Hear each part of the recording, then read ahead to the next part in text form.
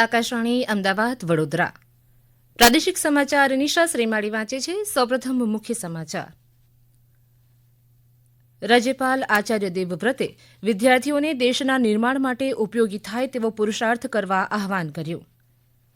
મુખ્યમંત્રી ભૂપેન્દ્ર પટેલે ગાંધીનગર ખાતે અનુસૂચિત જાતિ સહકારી મહાઅધિવેશનનો આજે પ્રારંભ કરાવ્યો. રાજ્યમાં આવતીકાલથી ધોરણ 10 અને 12ની બોર્ડની પરીક્ષાનો આરંભ થશે. કેન્દ્રીય મંત્રી પરસોત્તમ રૂપાલાએ જામનગરમાં સરિતા ગૌ સંવર્ધન કેન્દ્ર ખાતે બ્રીડ મલ્ટીપ્લિકેશન ફાર્મનું ઉદ્ઘાટન કર્યું. અને અનુસૂચિત જાતિના વિકાસ માટે સામાજિક ક્ષેત્રે વિશિષ્ટ યોગદાન આપનારા વ્યક્તિઓનું આવતીકાલે એવોર્ડ આપી સન્માન કરાશે. સમાચાર વિગતવાર. રાજ્યપાલ આચાર્ય દેવવ્રતની ઉપસ્થિતિમાં આજે સૌરાષ્ટ્ર યુનિવર્સિટીનો 58મો પદવીદાન સમારોહ યોજાયો. રાજ્યપાલે આ સમારોહમાં વિદ્યાર્થીઓને શિક્ષણ દ્વારા જે જ્ઞાન પ્રાપ્ત કર્યું છે તે માત્ર સ્વ ઉત્કર્ષ માટે જ નહીં પણ દેશના નિર્માણ માટે પણ ઉપયોગી થાય તેવો પુરુષાર્થ કરવા આહવાન કર્યું. તેમણે વિદ્યાર્થીઓને જણાવ્યું કે વ્યક્તિએ આજીવન વિદ્યાર્થી બની રહેવું જોઈએ. આ પ્રસંગે ઉચ્ચ અને ટેકનિકલ શિક્ષણ મંત્રી ઋષિકેશ પટેલે વિદ્યાર્થીઓને ટેકનોલોજીના ઉપયોગ સાથે પ્રતિભાશાળી બની ઇનોવેશન હાથ ધરીને વ્યક્તિત્વ ખીલવવા અનુરોધ કર્યો હતો. આ સમારોહમાં રાજ્યપાલ અને મહાનુભાવોના હસ્તે 14 વિદ્યાશાખાઓના 43,959 વિદ્યાર્થીઓને પદવી તથા 122 વિદ્યાર્થીઓને કુલ 141 સુવર્ણચંદ્રક એનાયત કરાયા હતા. મુખ્યમંત્રી ભૂપેન્દ્ર પટેલે આજે ગાંધીનગર ખાતે અનુસૂચિત જાતિ સહકારી મહાઅધિવેશનનો શુભારંભ કર્યો. આ તકે મુખ્યમંત્રીએ જણાવ્યું કે સારું કામ કરનારા લોકોને પ્રોત્સાહિત કરવા રાજ્ય સરકાર હંમેશા તત્પર છે. ત્યારે સહકારથી મેળવેલી સમૃદ્ધિ સમાનતા લાવશે, બંધુતાનું પોષણ કરશે અને સામાજિક ન્યાયનું પાલન કરાવશે. મુખ્યમંત્રીએ જણાવ્યું હતું કે ગુજરાતમાં અનુસૂચિત જાતિનો ગુજરાતની યશગાથામાં મહત્વપૂર્ણ ફાળો છે. આપણે જ્યારે વિકસિત ભારત તરફ આગળ વધી રહ્યા છીએ ત્યારે સહકારથી સમૃદ્ધિને આગળ વધારી નાનામાં નાના માણસોને પણ સફળ બનાવશું. આ પ્રસંગે રાજ્યના સહકાર રાજ્યમંત્રી જગદીશ વિશ્વકર્મા અને પૂર્વ સાંસદ અને વર્તમાન ધારાસભ્ય મહંત શંભુનાથજી ટુંડિયા સહિત અનુસૂચિત જાતિની 150 જેટલી સહકારી મંડળીઓના હોદ્દેદારો અને સભાસદો હાજર રહ્યા હતા. મુખ્યમંત્રી ભૂપેન્દ્ર પટેલે આજે દાહોદના સિંગવડ ખાતે જિલ્લાના વિકાસને વેગ આપતા વિવિધ વિભાગોના આશરે 314 કરોડ રૂપિયાના 55 વિકાસ કાર્યોનું લોકાર્પણ અને ખાતમુહૂર્ત કર્યા. આ સાથે તેમણે નર્સિંગ કોલેજ સિંગવડનું પણ લોકાર્પણ કરીને દાહોદના યુવા વર્ગને ઘર આંગણે જ ભેટ ધરી છે. આ તકે મુખ્યમંત્રીએ જણાવ્યું કે ગુજરાતને આગળ લાવવામાં દાહોદના મહેનતુ લોકોનો સિંહ ફાળો છે. ત્યારે આદિજાતિ બાંધવોનો વધુ વિકાસ થાય અને તેમને સરકારી યોજનાઓનો લાભ ઘેર બેઠા મળી રહે તેવી વ્યવસ્થા પ્રધાનમંત્રી નરેન્દ્ર મોદીએ કરી છે. જે આદિવાસી વિસ્તારમાં પહેલા સાયન્સની કોલેજ ન હતી ત્યાં હવે મેડિકલ ઇજનેરી કોલેજો અને યુનિવર્સિટી છે. રાજ્ય સરકારે જે બાળકોને સરકાર તરફથી એકવાર વિનામૂલ્યે કોકલિયર ઇમ્પ્લાન્ટ કરવામાં આવે છે તેમને બીજા પ્રોસેસર માટે અગાઉ 50%ને બદલે હવે માત્ર 10% ફાળો લેવાનો નિર્ણય કર્યો છે. જે કિસ્સાઓમાં લાભાર્થીઓએ સરકારી સહાય વગર પોતાના ખર્ચે સારવાર કરાવી હશે તેમાં 4 લાખ રૂપિયાથી ઓછી આવક ધરાવતા લાભાર્થીઓ પાસેથી એકવાર પ્રોસેસર માટે હવે માત્ર 10% ફાળો લેવાની જોગવાઈ કરવામાં આવી છે. આ ઉપરાંત તમામ લાભાર્થીઓને મુસાફરી ભથ્થું એસટીના ભાવ મુજબ મળશે તેવો પણ નિર્ણય રાજ્ય સરકારે કર્યો છે. ઉલ્લેખનીય છે કે રાજ્ય સરકારે અત્યાર સુધીમાં 3000થી વધુ કોકલિયર ઇમ્પ્લાન્ટના ઓપરેશન માટે અંદાજે 214 કરોડ રૂપિયાનો ખર્ચ કર્યો છે. રાજ્યમાં આવતીકાલથી ધોરણ 10 અને 12ની બોર્ડની પરીક્ષાનો આરંભ થશે. ગુજરાત રાજ્ય માધ્યમિક અને ઉચ્ચતર માધ્યમિક શિક્ષણ બોર્ડ દ્વારા લેવાનાર પરીક્ષાલક્ષી તમામ તૈયારીઓ પૂર્ણ કરવામાં આવી છે. આ વર્ષે ધોરણ 10 અને 12ના મળી અંદાજિત 16 લાખ વિદ્યાર્થીઓ પરીક્ષા આપશે. આ સાથે 4236 દિવ્યાંગ વિદ્યાર્થીઓ પણ પરીક્ષા આપશે. પરીક્ષા કેન્દ્રો અને વર્ગખંડોને સીસીટીવી કેમેરાથી સજ્જ કરવામાં આવ્યા છે. આ ઉપરાંત પરીક્ષામાં ગેરરીતિના કિસ્સાને અટકાવવા કુલ 80 જેટલી સ્ક્વોડની ટીમ અને 10 જેટલી ફ્લાઇંગ સ્ક્વોડની ટીમ તૈનાત કરાઈ છે. બોર્ડની પરીક્ષા માટે શિક્ષણ વિભાગ દ્વારા કુલ 60,000 જેટલા શિક્ષકોને જવાબદારી સોંપવામાં આવી છે. આ તકે રાજ્ય શિક્ષણ મંત્રી પ્રફુલ્લ પાનશેરિયાએ બોર્ડની પરીક્ષા આપનારા વિદ્યાર્થીઓને શુભેચ્છાઓ પાઠવી છે. બોટાદ જિલ્લામાં આવતીકાલે ધોરણ 10 અને 12ના કુલ 16,850 વિદ્યાર્થીઓ પરીક્ષા આપશે. તો છોટાઉદેપુર જિલ્લામાં આવતીકાલે 27 પરીક્ષા કેન્દ્રો ઉપર બોર્ડની પરીક્ષા યોજાશે.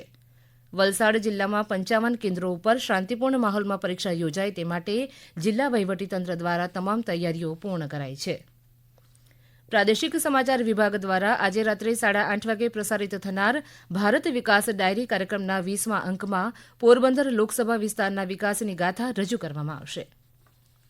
આ સમાચાર આપ આકાશવાણીના અમદાવાદ વડોદરા કેન્દ્ર પરથી સાંભળી રહ્યા છો. કેન્દ્રીય મંત્રી પરસોત્તમ રૂપાલાએ જામનગરના મિયાતરા ગામ સ્થિત સરિતા ગૌ સંવર્ધન કેન્દ્ર ખાતે બ્રીડ મલ્ટીપ્લિકેશન ફાર્મનું ઉદ્ઘાટન કર્યું. આ પ્રસંગે કેબિનેટ મંત્રી મુળુભાઈ બેરા સહિતના અગ્રણીઓ હાજર રહ્યા હતા. આ તકે મંત્રીશ્રી રૂપાલાએ જણાવ્યું હતું કે ભારતના અર્થતંત્રના કેન્દ્રબિંદુમાં આગામી સમયમાં ગૌમાતા હશે તે બાબત નિશ્ચિત છે અને આપણે સૌએ ફરીથી પશુપાલન અને ગૌ સેવા તરફ પાછું વળવું જોઈએ. વધુમાં તેમણે ઉમેર્યું કે સરકારે પણ ગૌ સંવર્ધનના મહત્વને સમજીને પશુપાલન નામે નવીન વિભાગ શરૂ કરાવ્યો છે, જેના પરિણામે હવે દેશના ખૂણે ખૂણે પશુઓને મફત વેક્સિનેશન અને પશુ દવાખાના સહિતની સુવિધાઓ સરળતાથી મળતી થઈ છે. કેબિનેટ મંત્રી મુળુભાઈ બેરાએ આ તકે જણાવ્યું કે આજે આધુનિક ટેકનોલોજીથી સુસજ્જ બ્રીડ મલ્ટીપ્લિકેશન કેન્દ્ર દેશને મળવા જઈ રહ્યું છે, ત્યારે આ સ્થળને ગૌ પ્રવાસન સ્થળ તરીકે વિકસાવવા રાજ્ય સરકાર તમામ મદદ કરશે. સામાજિક ન્યાય અને અધિકારિતા મંત્રી ભાનુબેન બાબરિયાના હસ્તે અનુસૂચિત જાતિના વિકાસ માટે સામાજિક ક્ષેત્રે વિશિષ્ટ યોગદાન આપનારા મહાનુભાવોને આવતીકાલે ગાંધીનગર ખાતેથી એવોર્ડ આપી સન્માનિત કરાશે, તેમ અનુસૂચિત જાતિ કલ્યાણ વિભાગની યાદીમાં જણાવાયું છે. આ તકે રાજ્યકક્ષાના મંત્રી ભીખુસિંહજી પરમાર સહિતના અગ્રણીઓ હાજર રહેશે. અનુસૂચિત જાતિ કલ્યાણ હસ્તકના નિગમો દ્વારા 2534 લાભાર્થીઓની ઓનલાઈન ડ્રો મારફતે પસંદગી કરીને આશરે 64 કરોડ રૂપિયાના લાભોથી તેમને લાભાન્વિત કરવામાં આવશે. આ ઉપરાંત વિદેશ અભ્યાસ લોન રીપેમેન્ટ પોર્ટલનું પણ અનાવરણ કરવામાં આવશે. રાજ્યપાલ આચાર્ય દેવવ્રતે ભુજના સ્મૃતિવન ખાતે લોકકલાના મહોત્સવ દેશજનો ગઈકાલે આરંભ કરાવ્યો હતો. 9 થી 11 માર્ચ દરમિયાન યોજાનાર આ મહોત્સવનું આયોજન સંસ્કૃતિ મંત્રાલય, સંગીત નાટક અકાદમી તથા રાજ્ય આપત્તિ વ્યવસ્થાપન સંયુક્ત ઉપક્રમે કરવામાં આવ્યું. આ તકે રાજ્યપાલે જણાવ્યું હતું કે આ દેશ જ મહોત્સવમાં વિવિધ રાજ્યોમાંથી આવેલા કલાકારો પોતાની કલાનો પરિચય આપીને મનોરંજન પૂરું પાડશે. મહત્વનું છે કે આ મહોત્સવ દરમિયાન દેશભરના 14 રાજ્યોના 500 કલાકાર ભુજના આંગણે પોતાનું કલાનું પ્રદર્શન કરશે. પ્રથમ દિવસે ચરી, ગજિયો, ફાગ, પંથી, ડાંગી, માથુરી, ભાંગડા, રાઠવા અને ગોફરાસ રજૂ કરાયા હતા. કોંગ્રેસ નેતા રાહુલ ગાંધીની ભારત જોડો ન્યાય યાત્રા આજે તાપી જિલ્લાના વ્યારા ખાતે પહોંચી હતી. અમારા તાપી જિલ્લાના પ્રતિનિધિ નીરવ કંસારાના જણાવ્યા મુજબ રાહુલ ગાંધીએ વ્યારામાં એક બેઠક યોજી હતી. તેમણે યાત્રા ટૂંકાવી તેઓ સુરત એરપોર્ટ ખાતે રવાના થયા હતા. ત્યારબાદ જયરામ રમેશ સહિત જિગ્નેશ મેવાણી, મનીષ દોશી, ડોક્ટર તુષાર ચૌધરીએ પત્રકાર પરિષદ યોજી યાત્રાનો ઉદ્દેશ જણાવ્યો હતો. વિધાનસભાના અધ્યક્ષ શંકરભાઈ ચૌધરી અને ગૃહ રાજ્યમંત્રી હર્ષ સંઘવીની ઉપસ્થિતિમાં આજે નડાબેટ ખાતે રાજ્ય માર્ગ વાહન વ્યવહાર નિગમ હસ્તકની 100 નવીન બસોને 14મો લોકાર્પણ સમારોહ યોજાયો. ઇતિહાસમાં પ્રથમવાર સીમાવર્તી વિસ્તારમાં એક સાથે 100 નવીન બસોને ફ્લેગ ઓફ કરી પ્રસ્થાન કરાવાયું હતું. બંને મહાનુભાવોએ આગેવાનો સાથે બસમાં બેસી નડાબેટથી સુઈગામ સુધી મુસાફરી કરી હતી. આ નવીન બસ સેવાના પ્રારંભથી રાજ્યના 20,000 લોકોની સુવિધામાં વધારો થશે. જાડા ધાન્યને પ્રોત્સાહન આપવાના ભાગરૂપે તાજેતરમાં રાજ્યની 8 મહાનગરપાલિકા દ્વારા ત્રિદિવસીય મિલેટ મહોત્સવનું આયોજન કરવામાં આવ્યું હતું. આ મહોત્સવમાં શ્રી અન્નને પ્રોત્સાહિત કરતા અને નાગરિકોને જાડા ધાન્યોના લાભોથી અવગત કરાવતા કુલ 502 સ્ટોલ ફાળવવામાં આવ્યા હતા. આ સ્ટોલ પરથી 3 દિવસમાં આશરે 1 કરોડ 14 લાખ રૂપિયાનું વેચાણ થયું હતું.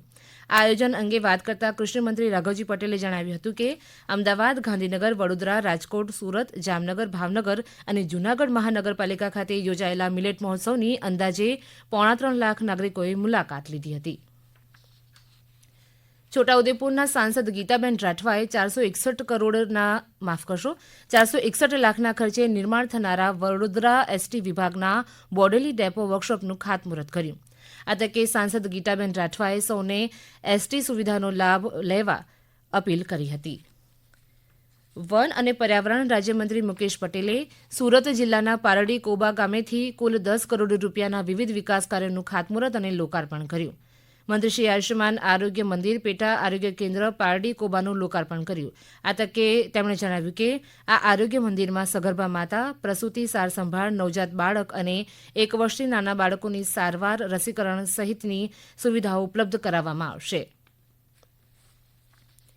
આંતરરાષ્ટ્રીય મહિલા દિવસની ઉજવણી અંતર્ગત ભાવનગર જિલ્લાના મહુવાના કળસર ગામે આગામી 12 માર્ચના રોજ સન્માન સમારોહ યોજાશે, જેની થીમ છે ઇન્સ્પાયર ઇન્ક્લુશન. આ કાર્યક્રમમાં ગુજરાતના દરેક જિલ્લાના સામાજિક ઉદ્યમી સ્વસહાય જૂથોને સન્માનિત કરવામાં આવશે. મહિલાઓને પોતાના ગામમાં જ આજીવિકા મળી રહે તે માટે નાના ઉદ્યોગોની તાલીમ અને જરૂરી સાધન સહાય પીડીલાઇટ લિમિટેડ દ્વારા પૂરી પાડવામાં આવે છે.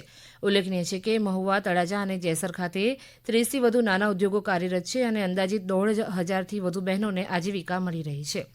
દરમિયાન સુરત જિલ્લાના ઓલપાડ ખાતે નહેરુ યુવા કેન્દ્ર સુરત દ્વારા વિકસિત ભારત નારી ફિટનેસ રન યોજાઈ હતી, જેમાં 120થી વધુ બહેનોએ ભાગ લીધો હતો. તો વડોદરા જિલ્લામાં પણ સાડી રનનું આયોજન કરાયું, જેમાં શહેરની 280થી મહિલાઓએ ભાગ લીધો હતો. અંતમાં મુખ્ય સમાચાર ફરી એકવાર.